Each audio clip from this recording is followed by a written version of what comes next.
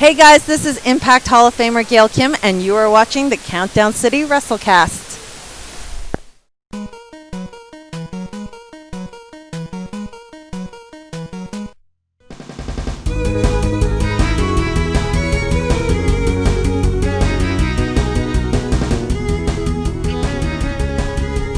What's up, heels and baby faces? Welcome to another episode of the Countdown City WrestleCast. I'm your host, JC, and I'm joined on Skype, and their picture's about to pop up right here. We got Mike. I'm Mike. Dear God, it's still 2020. And Tommy. I'm Tommy, and I echo what Mike said. Yeah, it's a crazy year. It's like you want to hit the reset button, you want to fast forward, but God, we still got half a year to go through still. Yeah. We're just in June. I know. Thankfully, we had a little nostalgia to distract us this time. You know, if 2020 was a season of a television show, they planted those murder hornet roots or those little seeds early on. I think they're coming back. I think that's going to be a big thing toward the end of the season of 2020. Wow. That's one of those things that's going to cliffhanger you into 2021, basically, is what it's going to be. Someone posted something similar to that, and me, with my snarkiness and the fact that I'm still bitter and haven't gotten over this show yet, I said, yeah, what is this? Who's writing this? The writers of Sleepy Hollow Season 3? Because I'm still mad about how that show ended. Anyway, so... did it officially end, or did it just kind of like... I heard there's a lot of stuff left on... Yeah. Oh no! It stopped. The show just stopped. It did not even end. That's why I've been writing my own ending for like the past 3 years. Gotcha. Yeah, it's kind of like it's kind of like the Borgias. We didn't get an ending. It just stopped after 3 seasons. Like there's still more to the story. God damn it. Oh well. They had an ending in history. Yeah, well, in history. Yeah. I just like Jeremy Irons as Pope Alexander. He was really awesome. So Jeremy Irons period is awesome. Even in his bad movies like Dungeons and Dragons, that's an awful movie. I forgot they made a movie about that. Wow. Yeah. Yes, the movie is god-awful. He is hilarious in that movie. Our Twitter account at @CCG_WrestleCast. Right. Subscribe to our YouTube channel. Yeah, we have a show to do, guys. What are we doing? Yeah, well, today we are recapping movie talk. NXT TakeOver in your house. And we're going to preview WWE Backlash. And this is pretty much like the last pay-per-views of the first half of the year. Thank God. Can you believe it? God. We will have a little discussion, though, about the latest New Day Feel the Power podcast. Pretty emotional podcast. Now, won't be as deep a discussion we had last week on some of the things we talked about with the Black Lives Matter movement. But to hear their stories about what they grow up in, the things they have to deal with constantly on a daily basis is pretty heartbreaking. So we'll start with a little nostalgia because that's what this event felt like to me. And I enjoyed it. NXT TakeOver in your house. Let's get right off the bat what we enjoyed about it. Todd Pettengill. Man, he was hilarious. Opened up the show. He was hilarious. Oh, man. He was having the time of his life. That was to say the 900 WWE. There's no 900 numbers anymore. I was like, no. That and every now and then they'd go to the promotional consideration. Yes, I love that. My favorite was that you can join us on the social medias of Twitter, MySpace, and my personal favorite, AOL. And that's join us on AOL chat. And the first thing I said was, is AOL even still operational? I legitimately don't know if AOL is still on. I know. I don't know. AIM Instant Messenger finally went kaput like just about 2 years ago. Finally. Yeah, I remember hearing about that. Because when he said that, I legitimately said, I wasn't even trying to be funny. I was like, I have no idea if AOL is even a thing anymore. I really don't know. I'm sure somebody out there uses it. So, yeah. Remember Net Zero? Okay. Free dial-up internet? Bro, I remember Net Zero. DX doing the old people on the computer. Like, they look so old. It's like grumpy old man. Like it's oh my God, man. They look. Why does Billy Gunn in AEW look exactly the same as he did in 1990? Yeah, right. He doesn't age, does he? He did. No, he didn't age it. He didn't age. Apparently, he's stolen the youth from Shawn, Hunter, and Road Dogg because he didn't age at all, and all of them are in their mid-90s. No, apparently AEW is the fountain of youth. That's how you do it. So if Road Dogg goes to AEW, all of a sudden he's going to look like he did in the 90s, you know? Well, that explains why Jake Roberts looks like he's only about 40 now. That kind of makes sense. It's the truth. Diamond Dallas Page got younger too, so... well, Diamond Dallas Page is the fountain of youth. I'm convinced he goes backwards. He's Benjamin buttoning us. That's what he's doing. As far as the show too, we said it last week. We wanted it. We got it. The house setup for the stage was pretty damn cool. The ring doorbell when Johnny Gargano was running from Keith Lee. Yeah, that was hilarious. It looked like the best worst horror movie that I wish was made. I wish that movie was real. Oh man. It's because he was like legit. When he started yelling Candace, I almost died laughing. I was like, Candace.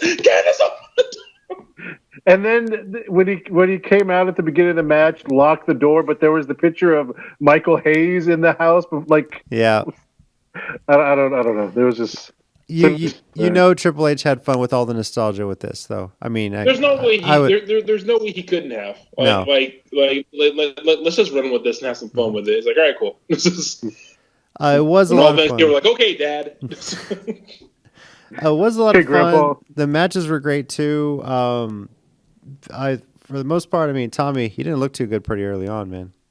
You know. I know. I know. I couldn't watch it live, so I had to watch it later. But as I was reading the picks, I was like, "Wow, I'm going to go 0 for 5 on this show." Because this is you know what's messed up? This is the one show I remembered all of my picks because for some reason I saw myself getting everything wrong, and I was like, "I know I didn't pick them. I know I didn't pick them. I know I didn't pick them. What did I pick in this show that was right?" And then Io Shirai, and I didn't care anymore. Yeah. the women's 6 person tag that started. That we didn't pick that last week, right? That got added last week. That got added after we recorded. I think that's good because I honestly started the show thinking that would have been a one where the heels would have won. Yeah, because it was a 6-person tag, so good thing we didn't pick that. Yeah, and it was a good opening too. It was the first time I can remember outside of an all women's show where the women opened and main evented the show. Yeah, which was pretty remarkable too. So. And all these storylines did kind of tie together. Obviously, we know Candice LeRae involved with Gargano's match 2 matches later. They still kept it going. Tegan Nox pinning Dakota Kai for the win, which I like that they kept that story going, which is really good. Yeah. The Wizard. I love that. I love his name. Yeah. Raquel Gonzalez is a beast. I swear to God, nobody can suicide dive her. She'll just catch you. It's crazy. I'm waiting for her to break out and do her thing. I think they'll give her some time. Yeah. Yeah, I mean, I know it's going to be worth a wait. I just can't wait for it. Yeah, gotcha. Enjoyed Balor Priest. Loved Keith Lee Gargano. Really good. Keith Lee pouncing Gargano through the glass. And I was like, hockey glass, this is not. This is flea market protective glass. So that's what it felt like. Along the same lines with the glass and stuff, though, I do feel like the one thing, if there is a downside to this, NXT shows even more so than the main roster shows really miss the fans. Yes. And I don't mean the PC people like y'all said last week, kind of trying to direct you which way to chant. Like the actual passionate fans who, NXT is known for. Some of those matches are just some of those moments, like in my head I'm waiting for that, and you're like, oh, there's no one there. Just the PC people. Yeah, it's watching it that night, watching it Raw last night too.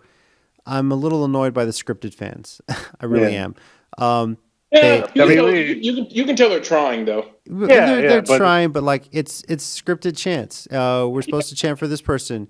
We have to stop, and usually you might hear the crowd bantering a bit over promos or during the matches, and that kind of adds to the fun of it. But not having like paying customers attend, it sucks. I miss it, and the fans that WWE is using just doesn't add to it. I think that's why AEW is so good because they're in character and this they just let loose. Like there's no scripted chants or anything like that. Just have fun with it. pretend like the fact that they let Vicky Guerrero do her thing whenever she's there. Yeah, exactly. Billy Gunn's sitting there ringside talking shit to people during a match on an AEW Dynamite. So. Or Big Swole trying to take a swing at Lance Archer, which I love. But hell yeah, dude. Which, by the way, her match with Nyla Rose last Wednesday was awesome. He wore Yellow Ranger attire. Yes, that was pretty damn cool. I marked out like crazy. Crohn's Warrior, Big Swole. I see you. Love it. So. Yeah, I was gonna say the PC people there. Their character is apparently generic wrestling fan. So like they don't get to be like you say, like they don't get to have fun. No, like AEW and be their character. They're just like be generic fan. Chant when we're supposed to do this, boo this, and it's like. If you guys recall when we went to WrestleMania 32. And if you weren't there, you didn't know. But I mean, you watched it on TV, you didn't see this. It's where the Cowboys play. They have that big ass screen that extends the majority of the football field. Oh, I know. And when there was when Charlotte put somebody in the figure 8 or the figure 4, they would flash up this big graphic that went woo, and they expected the whole crowd to chant that. So I feel like this crowd that's there. Like they have an applause sign over here, a boo sign over here, or a chant. They're using the Jumbotron for chants because you don't really see the Jumbotron on TV or on the pay-per-views like you normally would. So I feel like they're using that to say, okay, chant this, do this here, do this there, So it's like, you might be right. Yeah. If you're a fan of college football, it's like they practice this at Yale practice like the A&M Yale leaders do or something like that, So, yay! Yeah. The backlot brawl. Do you guys like the trend of the cinematic matches? Because we're going to get another one this weekend. Yeah. I don't mind them, but it's one of those things now where, and I know it's I guess maybe a little necessary given things, but I just feel like they're going to run them into the ground if they're not careful, and they're going to lose a little bit of their what makes them special. Yeah. What makes you look forward to one. I mean, the backlot brawl was good. It was well done. The whole, obviously, seeing a ring surrounded by cars reminded me of the old, I think it was No Mercy video game where you actually threw them in the back and you can fight a bunch of cars. Yeah, good. But, the extended storylines, I think what I didn't like about it is that it looks heavily produced. So many camera cuts and this and that. Mm-hmm. Whereas when we had the Stadium Stampede with AEW, and I know I'm comparing it a lot, but this is kind of your competition, if you will. They made it a point to look live for the most part. Obviously there was some tape stuff, but still.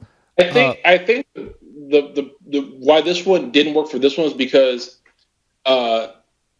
you want this one to look more alive, and comparing it to like things like the Boneyard match and whatever the hell we were calling the Cena Fiend match. I can't remember the name of it was. Firefly Funhouse match. There you go. There you go. And it's like those matches were going to be cinematic regardless because it involved The Undertaker and Bray Wyatt. Because they were gimmicky, Yeah, as you can name, if we have to name one more wrestler who's more gimmicky than they are, then it's Kane.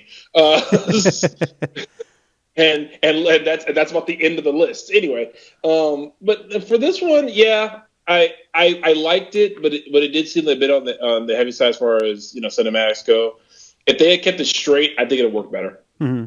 And I think actually, I'm going to compare it to something else. I'm going to compare it to something that WWE did, and this is not even AEW thing. It's when they did this years ago with Eddie Guerrero and John Cena. I keep bringing this up because it's one of my favorite these types of matches. It was what did they call it? Parking lot brawl? Yeah. Yeah.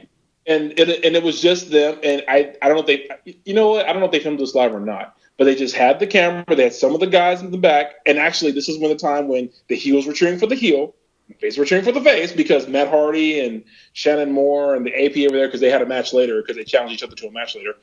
And they just were fighting on the cars and everything, Mm-hmm. And so I was like, why didn't we just do that? I mean, and if it was produced, you couldn't tell. It looked like that they just filmed it all in like one take, just because you saw the cameras. Yeah. You just saw the cameraman, the camera crew. You saw them. So it felt like they just filmed it. They filmed it all at once. I don't know if they filmed it live at the arena or aired it later. It felt like they aired it live, And but see, it was just like that. If they had done that in the backlot brawl thing, that I think that would have gone over a little bit better. It's not to say it was bad, it wasn't. And this is another one of those matches that if the COVID thing and the pandemic wasn't happening, this with a live crowd would have been great because you would have just gotten a standard in-arena match. Obviously, some interference from Undisputed Era. You could have run the same storyline with somebody running in and letting it go. But I don't know, the finish seemed abrupt, but Adam Cole wins and Velveteen Dream. I'm holding on to what I said last week. That finish did seem abrupt. Yeah. I agree with that. I'm holding on to what I said last week. I think Velveteen Dream is getting the call up. And I hate to. I mean, I've literally just seen reports that that's not happening. So I don't know. Who knows then? Because if they don't, like, why do this last chance thing? Like, are you just going to bury him from now on? So I mean, unless he goes into some storyline of like crisis of faith, loses a little bit of his flamboyance, maybe a little bit of a redemption. I don't know. Unless they just do something where he costs somebody else the title so he can give himself another chance. Yeah, that's true. We're like someone else challenges Cole, Dream costs him the belt, and then he gets the challenge forward again, and then make it like a triple threat type deal. All right. Keith Lee, Keith two belts. Those straps, damn you! Those straps. Well, he's not Bailey. That's true. Yeah. Who could be Bailey? Ciampa Cross wasn't too bad. I mean, it was your basic kind of like filler match between this and the main event. Well, it was effective for starting to build I think they're just doing this to make Cross the big monster heel that they need him to be coming up. But I don't think Ciampa came out looking that bad too, even with the loss. We said it wasn't going to hurt him, and the fact that he passed out instead of tapped out, I think, said a lot more for his character. So it kind of protected him in a way, I think. Yeah, Ciampa was just the first sacrifice to the Church of Cross, where if Scarlett is the priest, I'm in. So, yeah, we were watching it, and then she comes out, and it's the black and white entrance, and Tina is like, that was cool. What is she wearing? Is this all see-through? And I was like, I don't think so. Maybe it's just because it's black and white. Because if that stuff was see-through, and I'm like, man, she wore some risque stuff in Impact. She wore some risque stuff when she was here in RCW. But when the lights came back on, it was almost like, aw. Wow. You only said that because Tina's Yeah, I know. I might have said him. I probably gotten slapped. I'm just kidding. She'll watch this later and slap me anyway, but So. Another thing with the NXT is they still care about entrances. Like we talked about, like his entrance is amazing. But I can't wait till he gets called up, and in the middle of that amazing entrance, they go to Michael Cole talking about some commercial or something, and they ruin it. That's what I'm waiting for. They're gonna cut to all the foreign announcers down the line while he's making his whole entrance. That's what it's gonna be. There you go. That's basically what it's gonna be. And for our Japanese ambassador, yes, Funaki, suck down one announcer. All right, the triple threat. The triple threat pulled out everything. Thank God they made use of the stage, because if somebody didn't jump off that house, I would have been upset. I was actually thinking that the whole time. I was like, okay, who's jumping off the house? Because that's got to happen at some point. Leave it to Io Shirai, and it was awesome. I mean, this was one of those where it could have gone either way. Obviously, we didn't think Charlotte was going to be the one taking the pin. And you should have. I think that's a mistake, but that's really. I think she should have. I mean, you want to make your NXT champ legit. You put Charlotte. I mean, obviously, I had chose Rhea. Yeah. I kind of wanted to see redemption because I hated her losing at WrestleMania, given how she had been built after the Survivor Series run. Mm-hmm. But I'm not even mad that Io won. I'm a little upset that Rhea took the pin and not Charlotte. And it was there's clean, no too. reason to keep her strong. She's Charlotte. Yeah. It's more impressive to pin her and then have her lose it in a three-way. I don't know. I think it was a little bit of a mistake, but that's me. Do you think because everything is being filmed in one location now, Raw, SmackDown, NXT, is all the Performance Center. This obviously took place at Full Sail, but it's like right down the road. Do you feel like Vince is trying to push more and more into what NXT does, and maybe has a say in some of these finishes, especially when it comes to his main roster girls like Charlotte? Yes and no. Okay. I think it is that, but I think it's more the fact that he just has this thing about keeping Charlotte looking strong. And so maybe because everyone's saying that this has been like we said it too. Like this is their way of getting Charlotte back on the main roster. Well, either Raw or SmackDown, whichever one. I don't know what she's doing. Instead of NXT. Well, she was on Raw, so yeah. Yeah. Oh, okay, on Raw. And well, I don't know. She might go to SmackDown now because Bayley won't shut up. So you never know. She's still supposed to be on NXT. At least they've advertised her that she's responding somehow to having lost the title tomorrow. We're recording this on Tuesday, obviously, but she's supposed to be appearing on NXT tomorrow. So who knows? Maybe she's not done yet. So I mean, y'all remember at Survivor Series the way Rhea gets the pin in the tag team match, right? She had the figure 8, and then she rolled her over, the crucifix or whatever. Would have been the perfect time instead of Io hitting Rhea to hit Charlotte because she's bridged. You hit her, it's like a big, compression, quick 1, 2, 3. Same thing, Rhea can't get to her because her legs are literally intertwined. The same way Charlotte can't stop it. Yeah, I agree because I thought of that too. I agree, but Vince. It was a great finish as it was, but man, it was scary with Rhea sitting up at the wrong time. I was like, no. Oh yeah, Io got a little more for her face. She ate all knees with that insult. But thankfully the ref jumped in and checked, and Rhea said she was okay, so which is good. But you say that if she'd hit the moonsault on Charlotte and gotten the pin on Charlotte, I don't think that would have made Charlotte look bad. Charlotte was trying to get a submission, and then what would have been controversial there though is that if she had hit that on Charlotte, gets the pin on Charlotte and at the same time Rhea Ripley is tapping out. Then you set up something interesting. I do. The one reason I do like the one reason I do like it though is because like Charlotte was clearly trying to get out of the figure 8 to stop the pin count, but couldn't because she couldn't untangle her legs in time. So I thought that was pretty fun. I thought that was pretty good. Did she have any claim to her leg being on top of Rhea? With the intertwinedness? I don't think so. Only because she was trying to get out of it. If she had stayed there, maybe. But I don't know. Yeah. So she had dislodged one leg but couldn't get the other foot free. Yeah. Oh, wait. Speaking of bridges, real quick, I want to point out that Shotzi Blackheart used Daniel Bryan's old ROH finisher of cattle mutilation in the 6-man tag, and as an old ROH nerd, I marked out like crazy. Point that out. Sorry. Yeah, I was watching. I was like, cattle mutilation. So, she's fun and entertaining to watch in the ring. Like she brings a lot of energy and personality. Yeah, she's great in person too. I met her once, and she was actually wearing her helmet when I met her, and like I actually have the picture of it. She's just that crazy in person, but she's nice. So it's like, we could have been friends. Hope she keeps that energy. She needs to. I mean, they need to start building new stars again. As these move up. So. Match of the night. What is y'all's guys' thoughts? I didn't run a poll on Twitter, but Gargano Lee probably. Probably.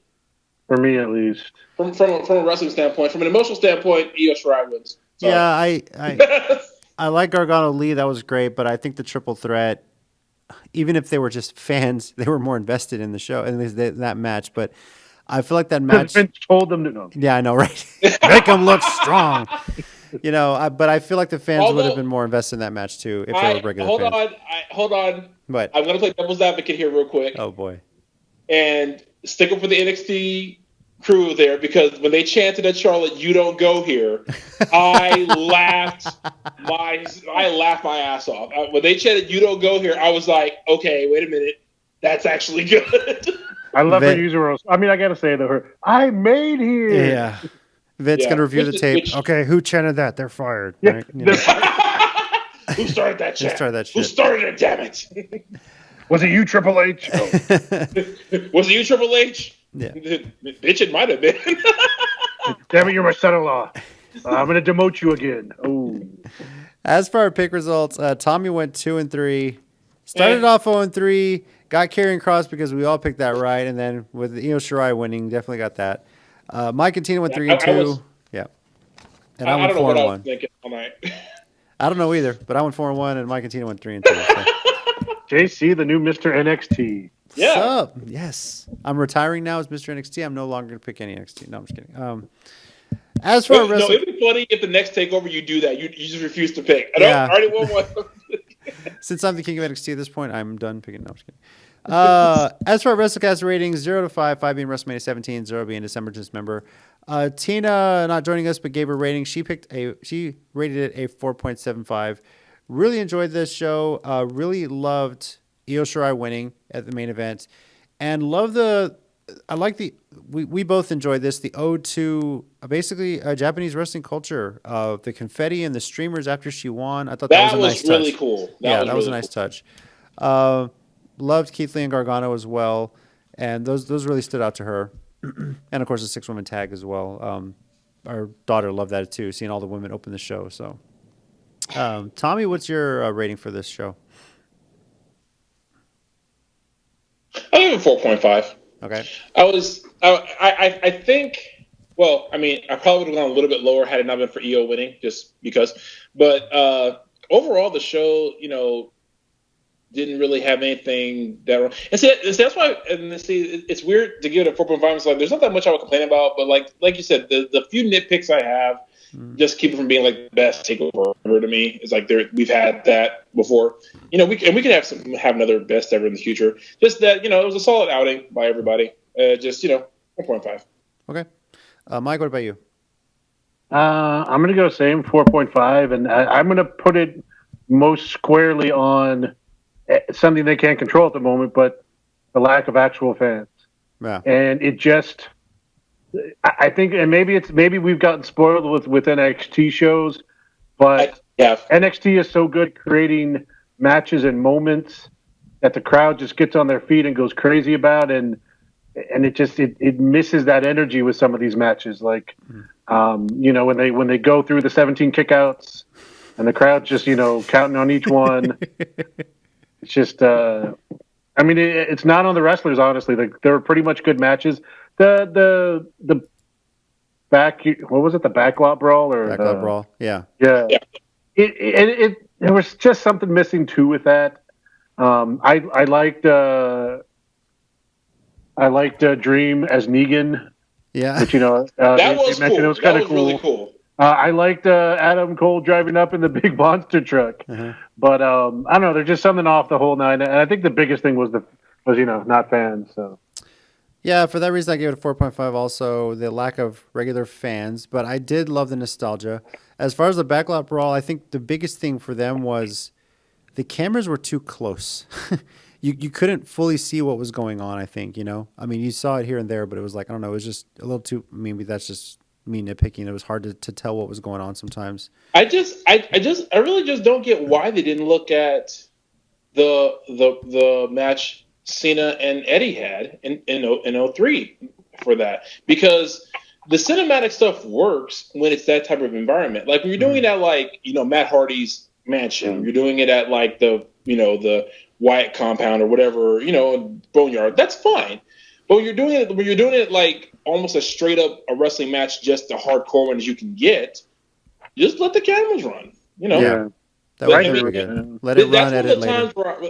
Because that's one of the times when I'm like, you don't have to get too big with it. Like one of my favorite things about the Cena and Eddie match was how it ended, because Eddie did a frog splash off a truck onto a car that Cena was on. I was like, it's like, that's not super crazy. It's just, that's cool. Mm-hmm. Let's do more ones like that. No, that's cool. And then those that's cool moments added to the whole match saying, hey, that was really fun.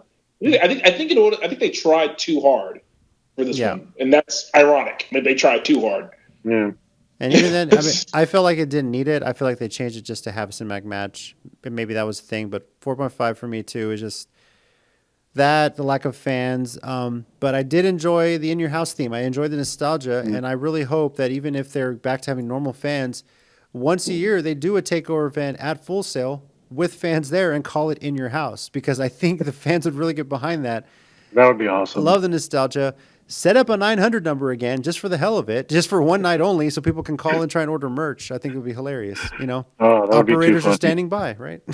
So, I so hope they set up a 900 number next year. Please let them do that. Just When text he your stopped order. and said, "What? Yeah. There's no 100 numbers anymore." Bring Vince just buy AOL for one day or something. I don't know. Overall rating 4.5625. He Not can, too he can shabby. buy the NXT. IP. He can buy the IP. What are they doing with it right now? Yeah. What do they care?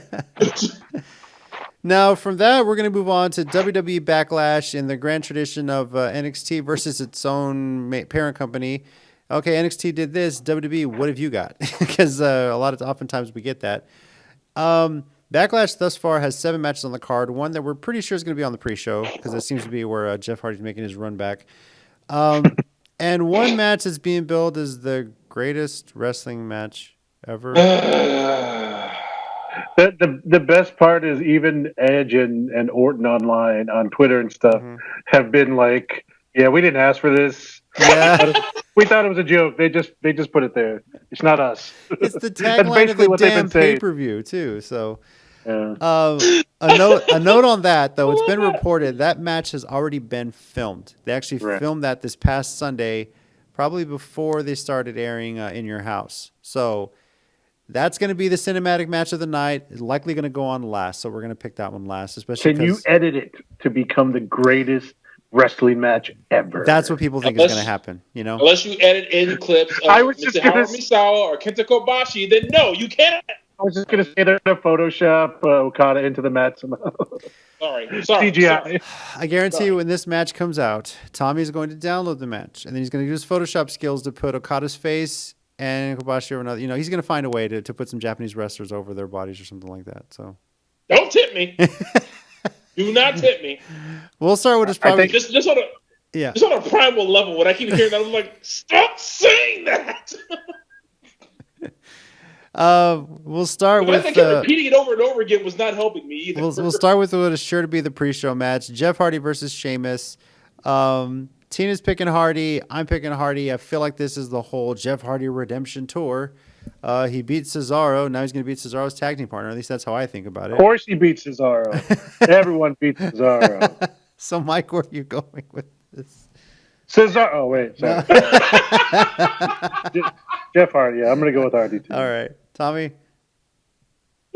Jeff Hardy. Mike's as angry as the Cesaro thing as I am about that being called the greatest wrestling match.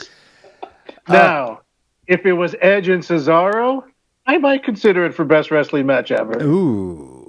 Book it. Somebody book that, at least in the video game. United States Championship. Apollo Crews, we can confirm his last name is spelled Crews. Sorry, Mike, it's not Cruz. If he's got the U.S. title, it's Cruz. Okay. Apollo Crews versus Andrade. Tina is going with Apollo. Based on what happened on Raw, she thinks it's going to be a little bit of a little infighting, possibly Angel Garza getting involved. Especially after the whole Zelina Vega thing that happened on Raw when they were actually wrestling each other in the triple threat for the number 1 contender set.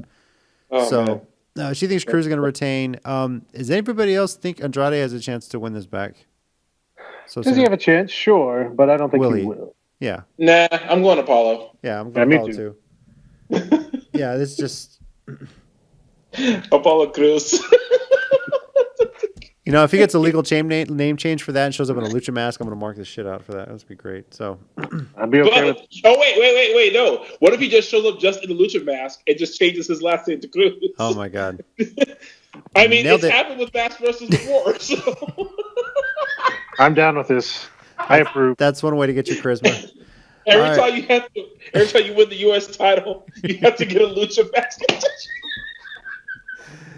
Women's Tag Team Championship triple threat. The newly crowned Women's Tag Team champions Bayley and Sasha Banks won it on SmackDown. They'll be taking on Bliss Cross Applesauce and the Iconics. Tina is picking Bayley and Sasha. But she's on the mindset that, well, for one, it's too soon, she thinks, for them to have a title change. And just that they're building to something. I think when they get the fans back, we're going to have the whole Bayley versus Sasha thing again, but the roles reversed where Bayley's the heel. It's kind of where she's going with this. So, now, Mike, this is interesting for you. I know you're wearing a Bayley t-shirt over there. Yeah. But you've also professed your love for the Iconics, especially when they were not on TV. Yes. So, where are you going with this? Because I know your heart is split on this one. Did you go to journalism to ask these questions? You're joking. Nice. We did not plan that. I swear to God. So, my heart says Iconics, but my head says Bailey and Sasha to retain. okay.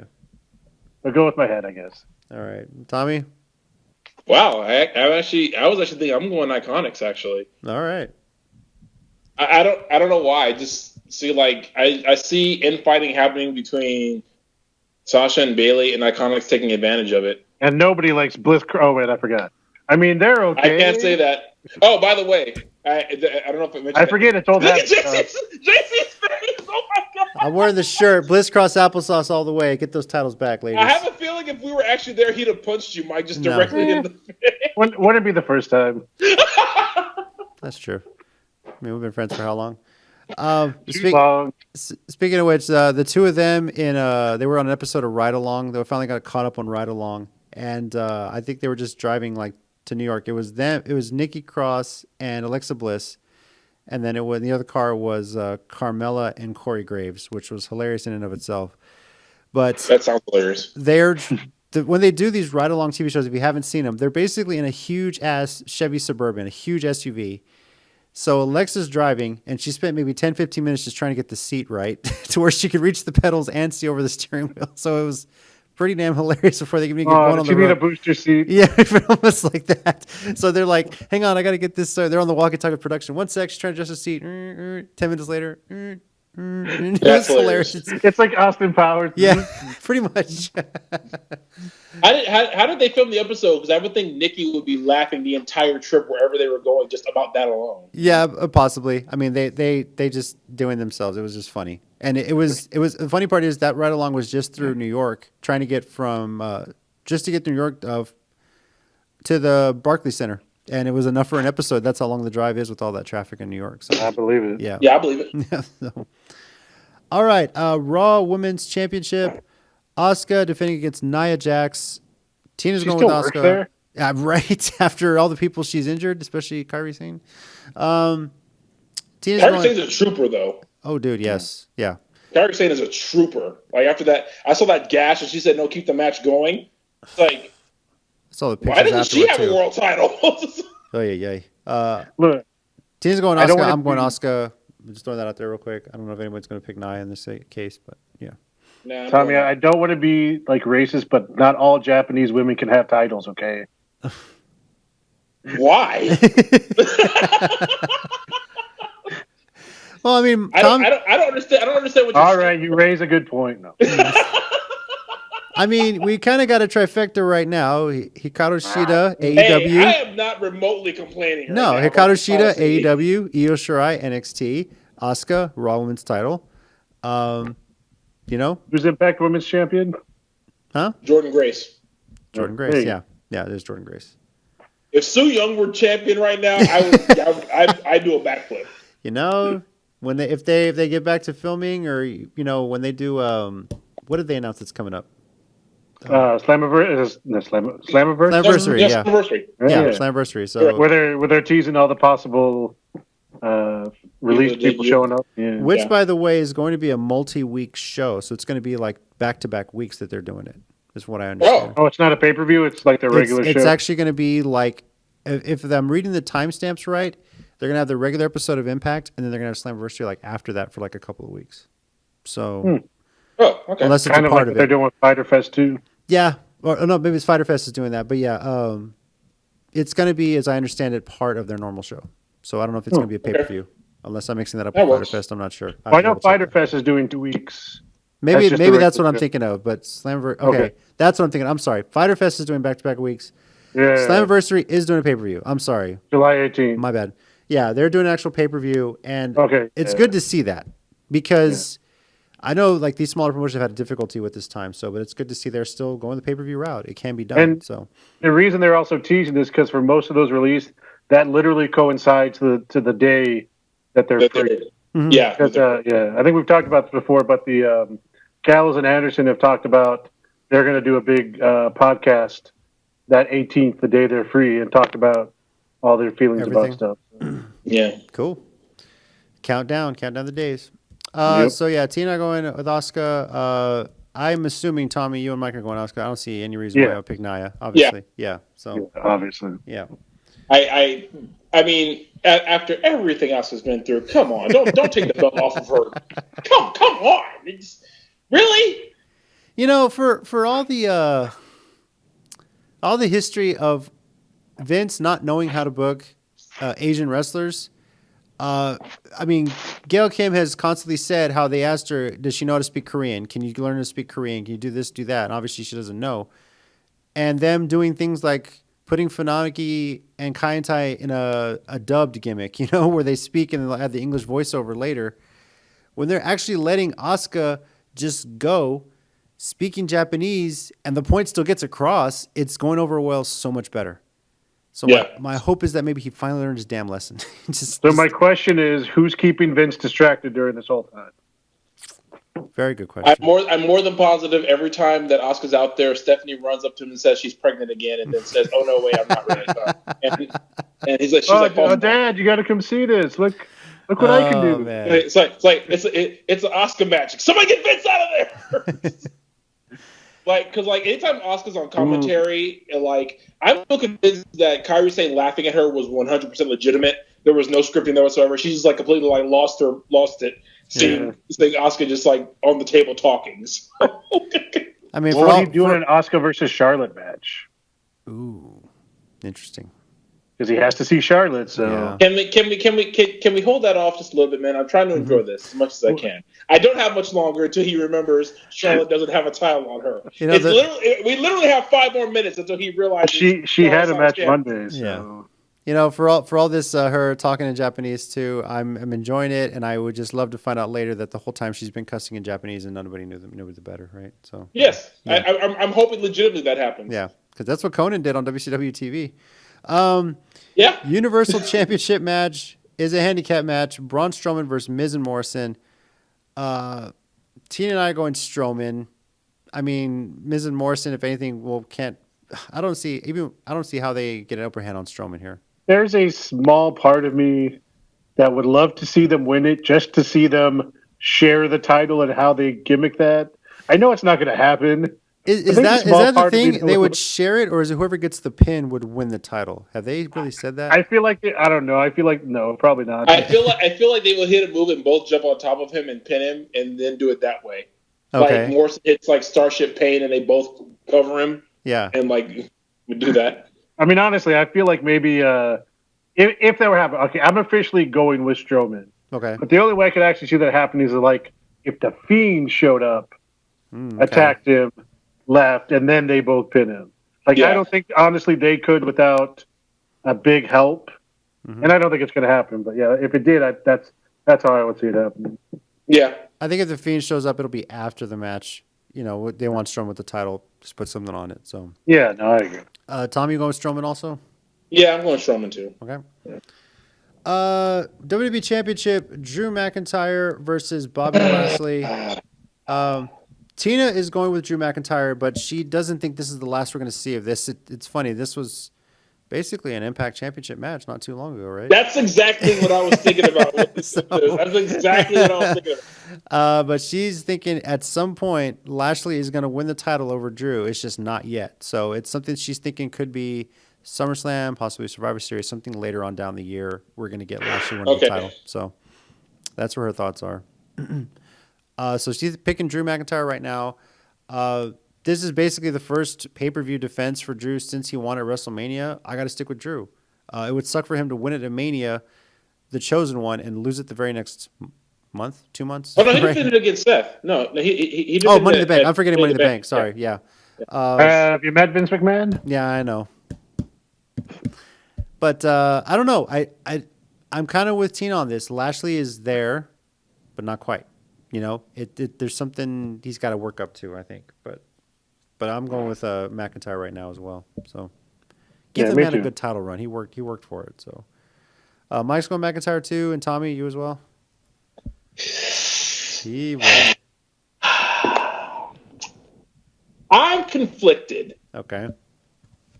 Because I was looking it up because a part of me was like, wait a minute, what happened? Because when you said Impact, that reminded me, like, wait, what did happen in Impact? So I looked it up, and when Drew won the belt originally in Impact, the person who beat him for it was Lashley. Yeah. So I'm wondering, could history repeat itself? I actually, with Vince McMahon, that would be all the reason for you not to believe it would happen, because you know how he hates to redo stuff that other people did without making it look like he invented it.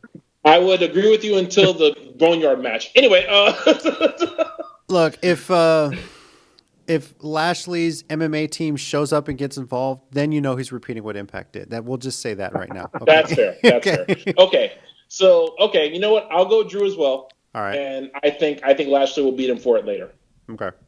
You know, they'll wrestle each other 80 more times because this is still Vince we're talking about. Yeah. And then finally, I'm sorry, go ahead. I was going to make it. I was saying, if we're talking Vince McMahon, I think Corbin's going to beat him before Lashley does. I hate you so much. I know. I hate you so much. Legitimately, do not like you. And finally, what's being billed as the greatest wrestling match ever. It is still weird to me that they're calling this wrestling because for a long time we wouldn't allow them to use the term wrestling. It was always sports entertainment. When did that start again? Yeah. You know? Greatest sports entertainment match ever. Yeah, right? So, Edge versus Randy Orton, the rematch from WrestleMania. Tina's picking Randy Orton, not just because she loves how he looks, but because he lost at WrestleMania. So, you know, this is kind of the payback for that. And yeah, if Orton wins, you're pretty much going to get a trilogy down the line, I would think, you know, 3 matches in 2020 between these two. So, I'm also picking Orton. I don't see any reason why he wouldn't go over right now. This is going to be the cinematic match, so I'll be interested to see. It's been filmed. How are they going to edit this? What liberties are they going to take to make sure this is looking like the greatest wrestling match ever? So they're going to Photoshop in Mitsuharu Misawa, Kenta Kobashi, Kazuchika Okada, Eddie Guerrero. Actually, what it is they're going to have stunt doubles like Mizdow used to do, and it's going to be Daniel Bryan and Gulak. And they're going to be dressed as Edge and Orton. I believe it. And the camera's going to be far away so you can't see it. I'm only laughing because I could actually see them doing that, like legitimately. It's like sounds like a plan, something they would actually do. Vince is watching us, I think he's going to watch this and say, "How did they know?" I think you need to get Christian to do Edge as a stunt double, though. That'd be hilarious. Just bring back the whole long hair and everything. So, where are you guys going with this one? I mean, there's a lot of pressure here. This is the pick for the greatest wrestling match that's ever happened. I don't want to be on the wrong side. Well, it's happened. We just haven't seen it. It has happened. I don't want to be on the wrong side of history here. Shut up! I'm picking Edge. All right. I'm going Edge. Going Edge. All right. As much as I love seeing these guys face each other. I do enjoy it when they wrestle each other. It's just that moniker is irritating me. Uh-huh. I think I'm going to go Edge too. Right. You know, one of the big things when he finally came back a couple weeks after WrestleMania was Orton said, "You basically only can do gimmick matches now. You can't beat me in an actual wrestling match." And I'm sure he'll probably cheat. But it just also seems like it wouldn't make a lot of sense for him to to be proven right. Yeah. You know, with Edge coming back. So we'll see. I go with Edge. I may be wrong. All right. And that's honestly outside of the women's tag team triple threat. That's like the only match we all had different picks on. Yeah. Yeah. That's a sign of a W pay-per-view. For the most part, it seems pretty predictable. So, but we'll see how this turns out. If we go exactly the same numbers again, I'm glad TakeOver happened. At least we were different numbers this time. Yeah. But if we go the exact same again, I'm gonna have to call recount and see exactly what's happening. Oh, that's hilarious. 5 and 2 crew. 5 and 2 crew.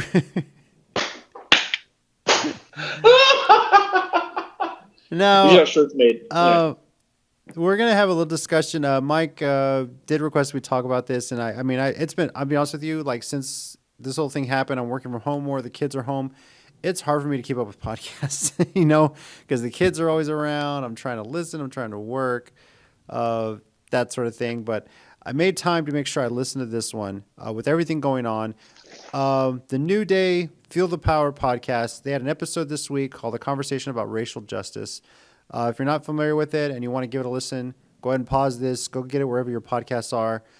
It's episode 28 of their podcast. Was published on June 8th, this past Monday. So, or don't pause it. We'll wait. We'll wait. I'm not waiting for an hour because that's how long the podcast. Oh, okay. All right. So this was really a stark difference from their usual podcast. The usual podcasts are very upbeat. They're having a good time. They're just having fun. It's friends getting together and talking, and it's a blast. They'll have guests on there. Mike loved Cesaro Appreciation podcast, which to him is the greatest podcast episode ever. You're right. Yeah. They also had Kel from Keenan and Kel, of all people. They did the TV show bracket, which was hilarious. Yeah. That was a whole bunch of drama. And but I'm with Xavier Woods on Golden Girls. I'm just gonna throw that out there right now. So but this was with everything going on. Obviously, these are three black wrestlers. And when they were put together as a stable, obviously they were looked to be gospel preachers. Very stereotypical gimmick, upbeat gospel preachers that they made their own and got themselves over. It was almost like they were thrown together because they had nothing for them. Let's just throw them together so they're in something and whatever. Maybe they'll just die out. But they made it their own, made it huge. Kofi Mania was huge. We all remember how emotional that was. For a lot of people. And the amount of money they've made Vince, which is probably why they're such a big deal still. Yes. Which is why they have, for the most part, free reign on their podcast, even though they refer to Vince as he who shall not be named, which is a funny thing. So that's hilarious. Yeah. But this was crazy. This was listening to this, I will say I've never thought, I don't think I've ever heard Biggie get as emotional as he did during this podcast, talking about his experience. I think that's the biggest thing. Like within the first 5 minutes, you could tell it's something he wanted to get off his chest. Yeah. For a little while now, because as soon as they kind of start the conversation, he jumps in and then he just like lets it all out, like cathartic. Yeah, that's the right word. Mm-hmm. Cathartic for him. Just it was emotional, man. It was to hear him get like that. It was something. Yeah, it's racism is a sad reality of this world. I remember, for me personally, my dad telling me, growing up as a kid, we were watching something, I think it was on the civil rights movement, things like that. Some of the racism, things that people dealt with. And I was a kid, and he thought he was happy for my generation, that he felt it was something we weren't going to live through. And sadly, with what's going on today, we still are, I think he thought, because he was born in the late 50s, so he was a kid during the 60s and, teenager in the 70s, so he saw a lot of that. He remembers seeing that stuff on TV, so he thought, maybe that the worst was behind him, but obviously we're at this situation now. Tina did listen to it with me as well, and for her, what was most heartbreaking was a story about how teachers do this sometimes still to this day. Judge students on the color of their skin, won't call on them, things like that. And that was heartbreaking because she's given her life to teaching. Mike, I think you just wrapped up, was your 15th year of teaching? Yep. 15. Yeah. So I know, Mike, since we were in high school, you said you wanted to be a teacher. I remember that about you. So, dedicating your life to that and hearing that there's some people in your profession that are like that, it's got to be difficult. I mean, that's any profession you get into, there's going to be people who don't do it for the right reasons or are just kind of bad people about it.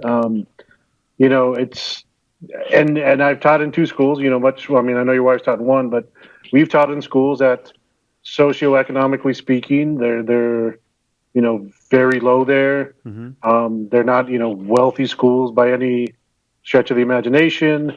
And you have a lot of students that are behind because of a lot of factors they can't control. Yeah. So, yeah. And I'm sure I've known some. I'm sure I've met some.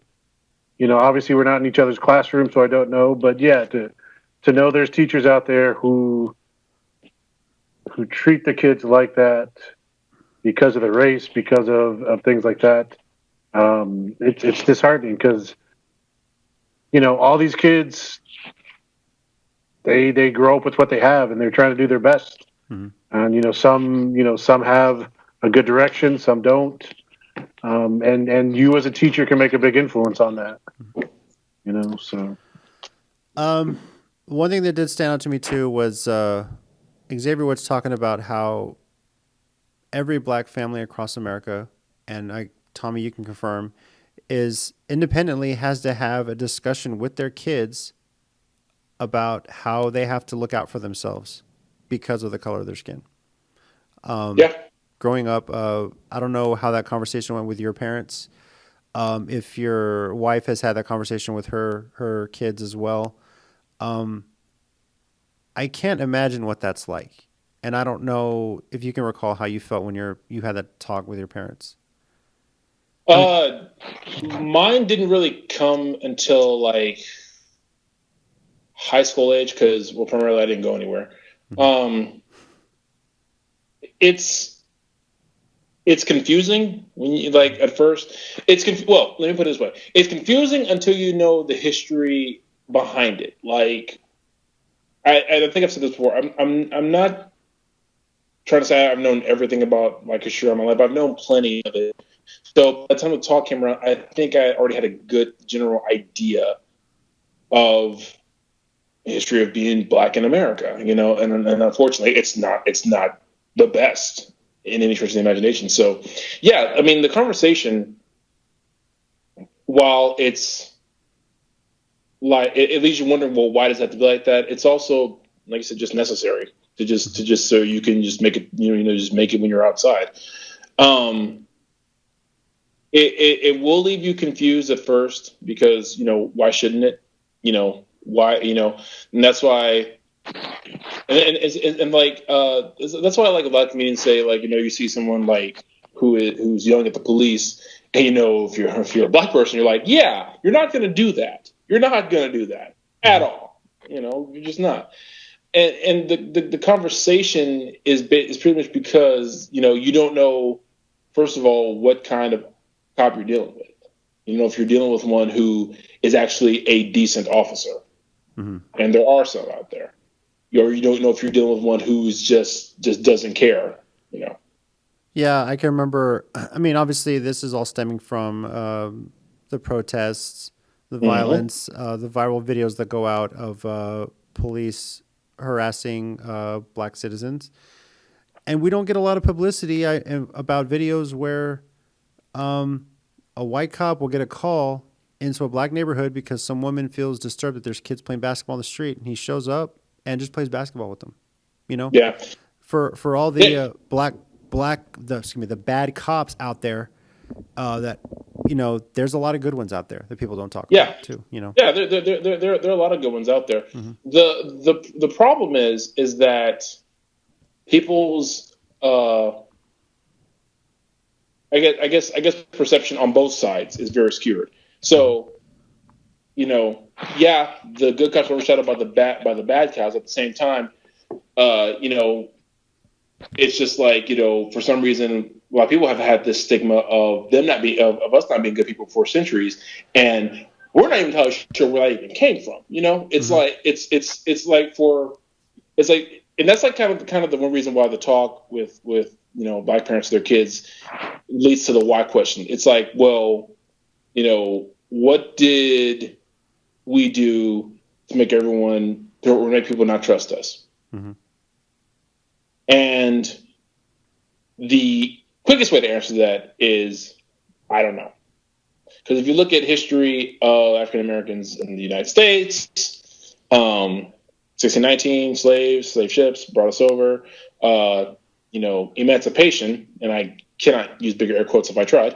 And, then you had Jim Crow laws, which was just, it was freedom, but not really. and even with Jim Crow laws being, repealed or revoked and everything, in schools desegregated, things like that, it didn't fix the problems really. Mm-hmm. And instead of having laws that kept it sacred, like stuff got made up about black people, like they're black folks are lazy, they're liars, or this and the other thing, which things that are just things that are not true about the whole race. I mean, because like Mike said, as far as teachers go, everyone of every walk of life, no matter what you represent, you have someone in that group who's not a good person. I'm not sitting here saying every single black person is a holy angel. They're not. That's just like I'm saying not every single cop is out there looking to kill the next black person they see. They're not. Right. But at no point from the African American side of things as a whole have we done anything to garner the stereotype except for exist. And that's why you get to the point where, and that's where like, in like the New Day say, kids don't get called on. They assume because there's that false narrative that black kids either are stupid or don't want to do the work. None of which is true, because that falls under what happens to everyone is who are your influences, and that can be any kid. Any kid cannot want to work. Any kid can seem like they're dumb. And honestly, I don't always think kids are dumb. There's a difference between dumb and not trying. And Mike, you can attest to that. It's like are they dumb, or do they just not want to do the work? Because I've read papers of people who say, "Oh, I can't write and I'm stupid," and the paper's fine because they put extra effort into it. Yeah. They just don't have the motivation to do it. Yeah, I'm sure every teacher has things like that. Some people just need extra motivation. And for African American kids, the sad part is it's a generational thing.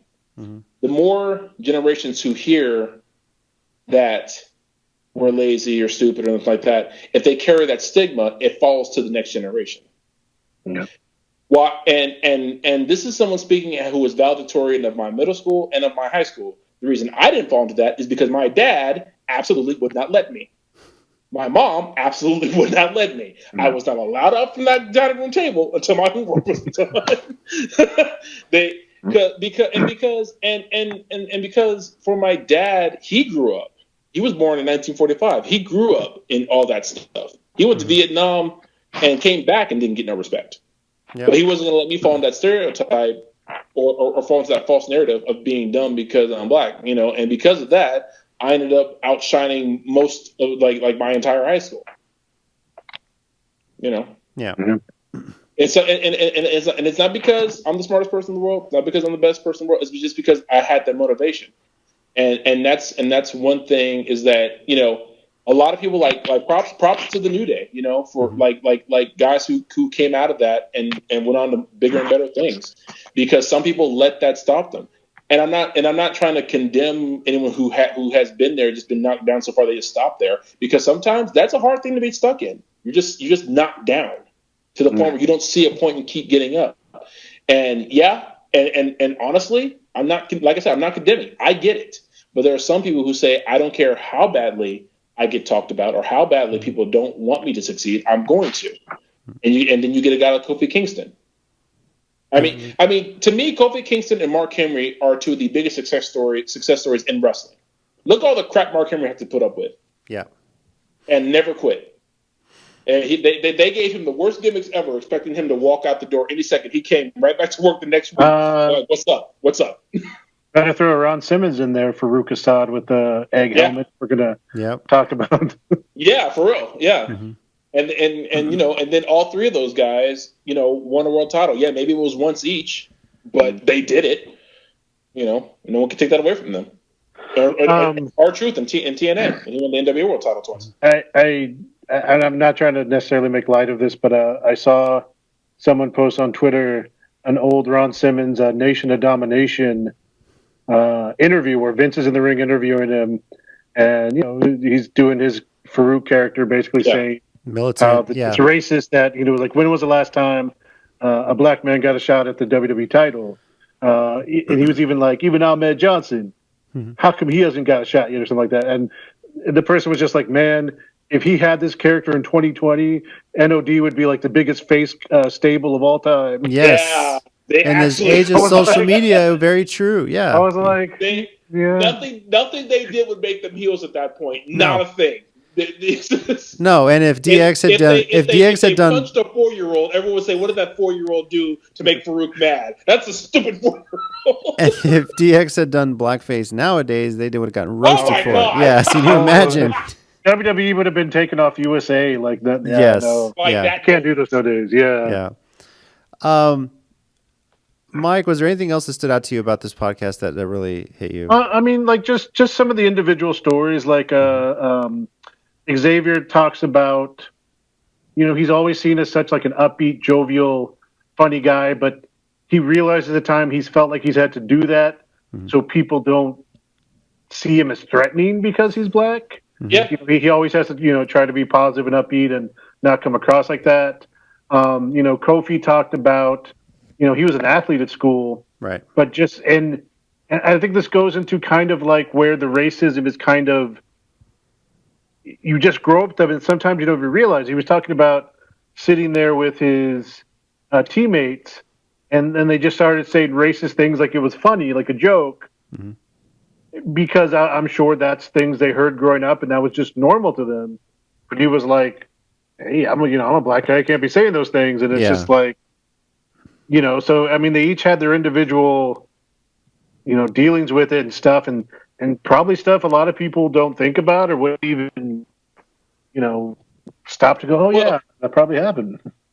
Well, that's the thing about racism is it's taught. It's not something that you can just acquire automatically because growing up, I grew because when I grew up and I always joke I was the only black guy in wrestling in San Antonio for like 2 years. But truth be told, I was the only black guy a lot of places most of my life.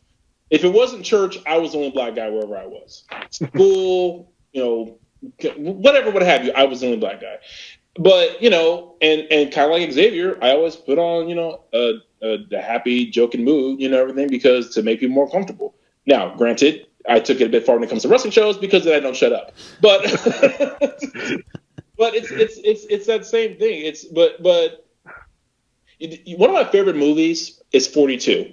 With you guys with Chadwick Boseman, Nicole Bahari, because A, I love the movie, B, I love both of them because of Nicole Bahari. Oof. But anyway, there's a scene in that one, because I think it's what happened on the field too for real, when Jackie Robinson and Pee Wee Reese. Pee Wee Reese, yeah. Where he came over and put his arm around him. Yep. Yeah, where was that, JC? I can't. Where were they? Brooklyn. I can't remember where they were. Yeah. Yeah. Put his arm around him, and the people were kind of bored both of them. Well, they were playing for Brooklyn. I don't know if it was actually in Brooklyn. It might have been in Kansas City. I think it might have been in Kansas City. No, Kansas City is where he played in the Negro Leagues. Yeah. St. Louis. I can't remember exactly where it was in the movie. Yeah, I can't remember. But in the movie, they show one thing that, of course, is probably dramatic license was like a kid yelling racial slurs at Jackie Robinson because his dad was doing it. Yeah, he learned from his dad. Exactly. Then he put his arm around him. The kid was like, "Well, I don't feel good about yelling that anymore." So, and that's the kind of thing. It's like when you're growing up and you don't know the difference, and then you stay in that mindset. The older you get, it's hard to break that. Case in point, what happens today.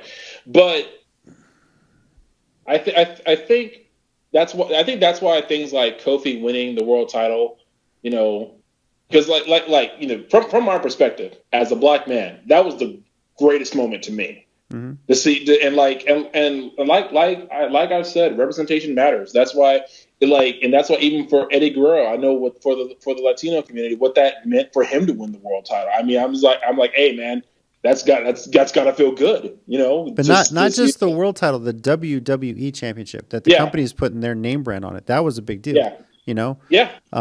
That we talked about extensively when Kofi was making the run at it. There wasn't a lot of black WWE champions that are like promoted as African American, as black wrestlers. Yeah. Racism exists in wrestling. We've noted it. ACH dealt with it with the T-shirt thing.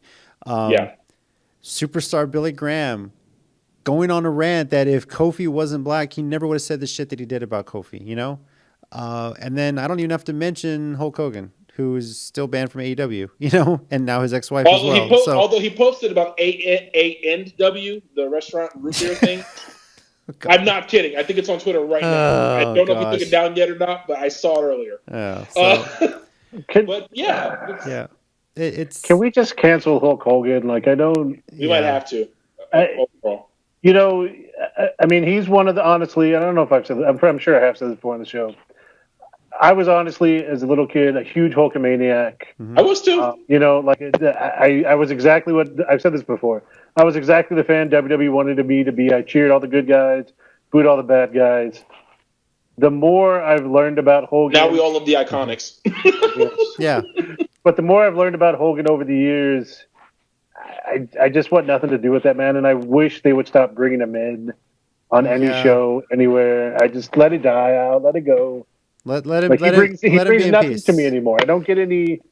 I mean, let him joy out of seeing him. I don't care. Let him make a backstage appearance in an interview segment like they do at WrestleMania with all the old Hall of Famers. That's okay, but don't bring him out on stage, parade him around, and do all this stuff. We don't need to see that. You know, I mean, don't give him preferential treatment. You know, that's my thing.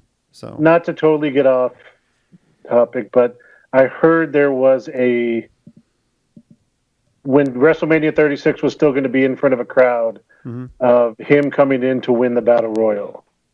God. And basically, I guess they would have to do with him what they did with Iron Sheik, where you can't throw him over. So. Oh my God. Yeah, I'm glad it didn't. Yeah. So seriously. Before we wrap up, I'm sorry. Go ahead. So here's what real quick. Here's what I want to bring up. So we talked about like guys who are black champions, you know, and I want to bring up The Rock only because the reason why I think him winning the title was a big deal is because he did it as a heel. Let me explain why that's a big deal. You know, everyone knows Rock is, you know, half black, half Samoan, you know, whatever. And if he got pulled over, he's black. But it's like him getting a heel character over it, just like just like this corporate arrogant jock heel guy is just a big deal because you know he didn't have to. Because like he just kind of broke the mold in that way. The Rock really was like kind of like a guy like that, breaking the mold, lifting right here and there. Steve Austin did the same thing too, you know. World Breaker got it over, So and the fact that whether people want to admit he's black or not, that you have to list him as one of the greatest of all time, if not in some people's book the greatest, is just amazing to me. And, you know, and he's never shied away from any parts of his heritage, which I love. You know, he always pays tribute to his grandfather, pays tribute to his dad, you know, and everything like that. So you know, props to him. Guys like Kofi Kingston, who get a crap gimmick that's not supposed to get over, and they get it over. He had the New Day. That's 3 black guys who are probably never supposed to make it as far as they did. Who are like 20-time world tag champions at this point. and then you have a guy like Mark Henry who had trash gimmick after trash gimmick after trash gimmick, and then came out with World's Strongest Man, and then, to everyone's disappointment, beat Randy Orton for the World Heavyweight title. Have you gone back and watched that clip of when he won? If you go back and watch that, go back and watch it, man. There are some people in the crowd who were just mad. And I don't mean like wrestling mad. They were like legitimately upset. I need to know where that pay-per-view took place. Yeah. That's was it in where was it exactly, right? Yeah. Was it in the South? And you know what I tell everybody? If you don't think representation matters, just go back and watch when Ron Simmons first beat Vader for the WWE World Title. Watch. If you're watching it, the screen at the top left-hand corner, there are these 2 black guys who come running from the stands to the guardrail when he hits that power slam and gets the 1, 2, 3. And I mean, they are booking it to be front row when he gets that 3 count. So. But you know, Vader pulled the Hogan and kicked out at 3.5. Yeah, and just got up and stood up and like walked away. I was like, just sell it. Come on, man. But in Vader's defense, at least he's Vader, so that's kind of okay. So. You mentioned The Rock there and his Samoan heritage. The latest Pro Wrestling Illustrated magazine came out. They actually do talk about the Jacob Fatu defending his Samoan bloodline, and they have a graphic in there about the I apologize if I mispronounce this, the Anoa'i Fatu family, and they rank them 1 through 20 of that family there. So Okay. obviously the Rock is number one. Maybe something we'll discuss in the future, and after we stop recording, I'll kind of go through the list with you guys, see what y'all think. But Okay. back to this discussion on the podcast. Before we wrap it up, I just want to say the story about. I have a lot of respect for Xavier Woods' mom. The story that he told about how when he was called a racial slur at 9 years old, and she had always told him, if you hear this, if someone ever talks to you, tells you this, you come tell me. And she told the story, went over to that kid's house, talked with the parents, and they forced the two of them to hang out for a week. Midway through that week, they were best friends. And they were best friends for years. And I thought that was a pretty powerful moment. And then I'm listening to that. My wife and I are listening to that, getting emotional thinking about it. And I look at her and I says, if that happens to our kids, we got to do it. Because I don't want my kids raised in that sort of environment. But I think what I learned from this most was I never had that discussion with my parents that you might have had with yours, Tommy, about racism, what I have to look out for. Tina might have in her family because the Mexican culture is heavy in the darker you are, the lower on the totem pole you're looked at. That's just the way Mexican history is. Black people have that. Yeah, so thing off and on too. But I think, and when Nickelodeon aired that thing, or Nick Jr. aired that thing where they were silent for 8 minutes 46 seconds, and I was reading it to my daughter and I was happy to tell her about it, what was going on in the world. I didn't go into detail, but when my kids are old enough to understand it, I want to have that conversation with them about it. And I think listening to this podcast says, okay, this is another conversation I have to have with them. It's not going to scare me as much as the sex talk, but it's one that needs to happen. But I will leave with this. I recommend everyone goes to the podcast, but an article came out in the Houston Chronicle. If you're not familiar with the Houston Astros, there's an Astros legend, Ken Caminiti. He's long passed away, but they interviewed his daughter, Nicole, where she grew up and how she was exposed to, I guess, societal racism or structural racism. I don't know the proper term for it, but she says she grew up very privileged and was handed almost every opportunity to succeed. But there's one paragraph at the beginning of the story that really stands out. Some of my black friends did not feel comfortable coming over to my house in Pecan Grove. In 7th grade, one of my closest friends, who is black, rode school bus home with me for the first time. We entered the neighborhood, and she asked, does that sign say plantation? Because a lot of those big neighborhoods have the words, they're called plantation, I said yes. We were both quiet for a little while. I didn't really understand why she asked, because at the time I didn't associate plantation with slavery. I associated it with my neighborhood. Read that last sentence again. And I think that spoke a lot to how this is, I read that sentence again. I didn't associate plantation with slavery. I associated it with my neighborhood. And that's often a product of where you're raised and how different words mean different things to different people, even something like that, growing up, plantation was a country club in the valley that my grandparents went to play golf. That's what I knew it as, It wasn't until I started learning about the history and what plantations were, then I was like, okay, cotton plantation, slavery, all that stuff. So while people will say, the most powerful thing I do remember this is that Cody talking about when he told his wife, oh, I don't see color, you don't see my experience. It is important to see that experience. It is important to see our differences because that makes us better. That is something I've learned not just when dealing with people of a different race or ethnicity than I am, but also when you're getting married. We took that marriage seminar that every married couple in the Catholic Church pretty much has to take. And one of the things they talked about was you don't need to change who they are. They came from a different background. You have to understand not everyone's raised the same way you are. But it's understanding how they were raised, what they've learned, that you can coexist.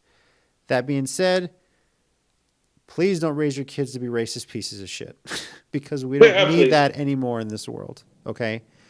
Treat everyone with respect, and please, for the love of God, please stay safe out there. So I think that story of kids interacting with someone else of their race, especially when racial slurs come up, is because it's you can't hate a racist people if one of them is like your best friend.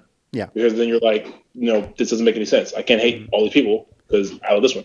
So Yeah, I had one down the street from me, a friend of mine, DeBoris. He's not on social media. I can never find him, but he was a really good friend of mine at the time growing up. It was the first house my parents had ever bought. He was the first guy to come over and say hi, and we were best friends.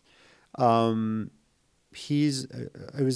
think this youngest of two brothers in a black family, and we bonded over GI Joes and Super Nintendo games. So all Yeah. of my best friends growing up were all Hispanic, because that's Yeah. like those were like all my friends at school. Yeah.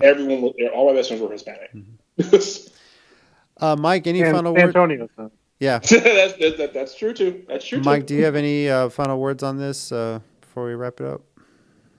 No, I mean, I just definitely listen to the podcast if y'all get a chance. Again, and just in the first 5 minutes, Big E kind of unloads, and it's not even just about it's mostly about obviously the racism part and stuff going on, but it was also him trying to deal with Shaq Gaspard and Hana Kimura, right? Yeah. Right, and her death, and then putting that on top with George Floyd and all the other stuff that was going on. So it's real powerful. And, if I know there's people out there, because I've been home for the last couple of weeks, even with school going on, I had a lot of time to look at my phone. And I know there's a lot of people out there who want to take the other side, if you will, and see fault in some of the protests and things going on. But these are just people explaining their experience. They're not trying to bring any establishment down. They're not trying to speak poorly on police. They're really just kind of explaining their experiences, and doing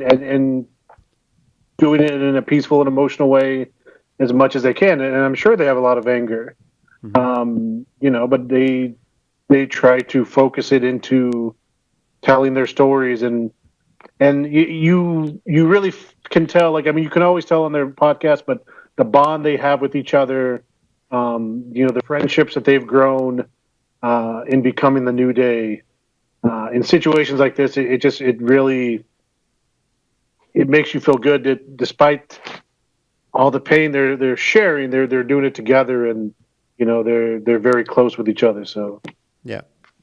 It's good they have each other in a workplace like this where you're pretty much around each other for the most of the time too. So yeah.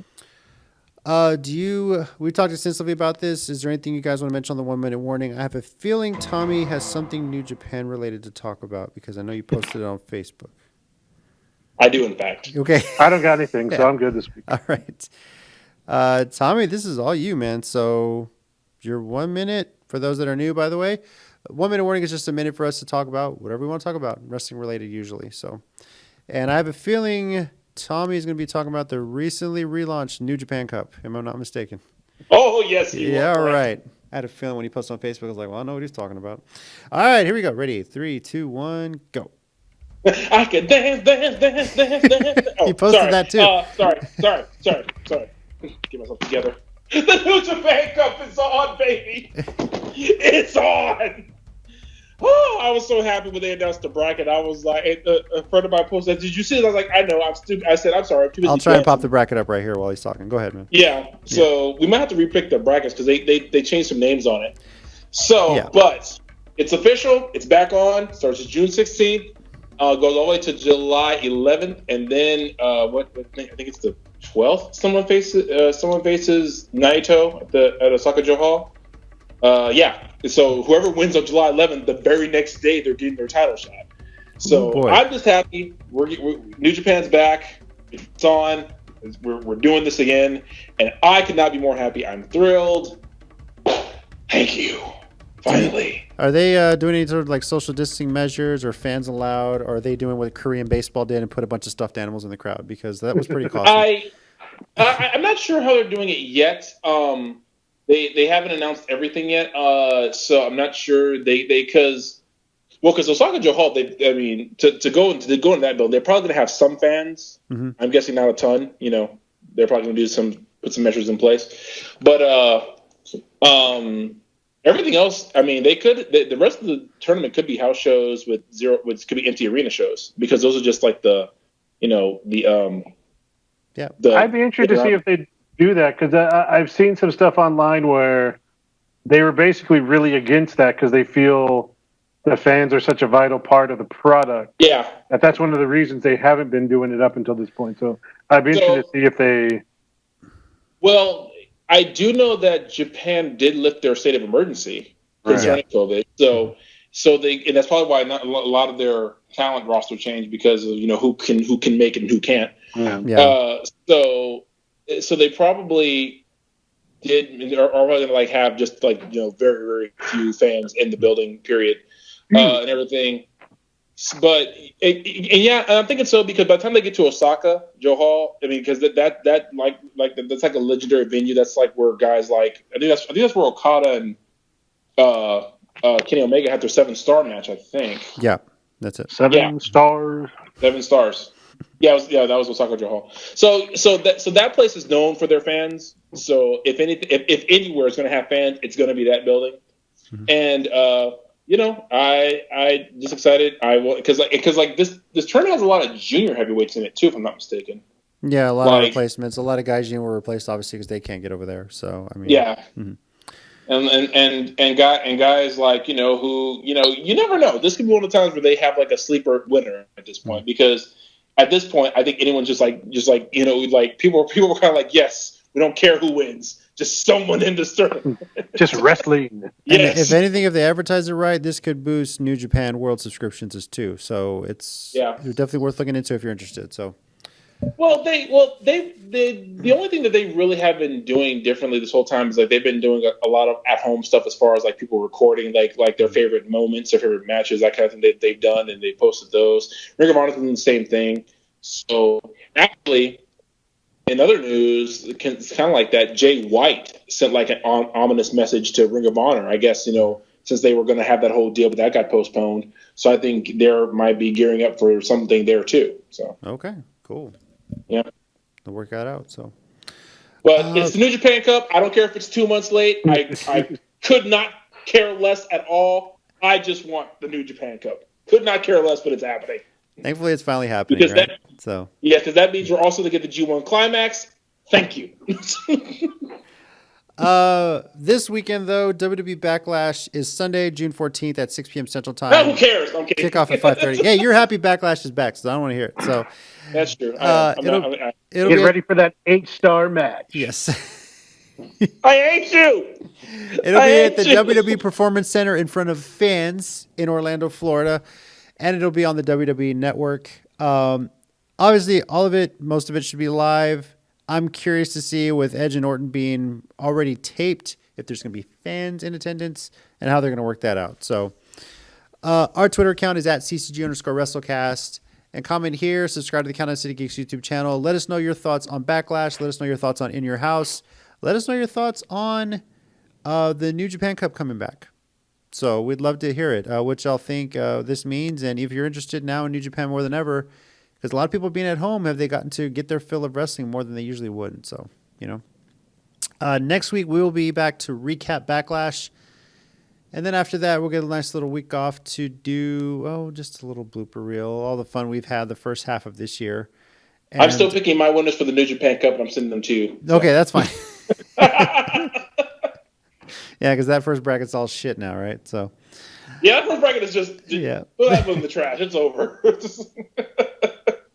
We are 11 episodes away from episode 102. By the way, I'm just letting you guys know we're at episode 89. This is episode 89. So, yeah. I cannot believe it's been that many already. It really doesn't feel like it's been that many already. Well, that's mainline episodes. This doesn't count bonus episodes and interviews and things we've done like that too. So there's a lot out there, but it's been a blast, and it's good to talk wrestling, especially with all this going on. So thank you guys for joining. I appreciate it. Thank you everybody out there for watching. Over here we got Tommy. Thanks, guys. We got Mike. Thanks. Be good to each other. And I'm JC. Be good to each other, and as always, heels and baby faces, remember, pro wrestling is real. People are fake. We almost had it! The Lord was right.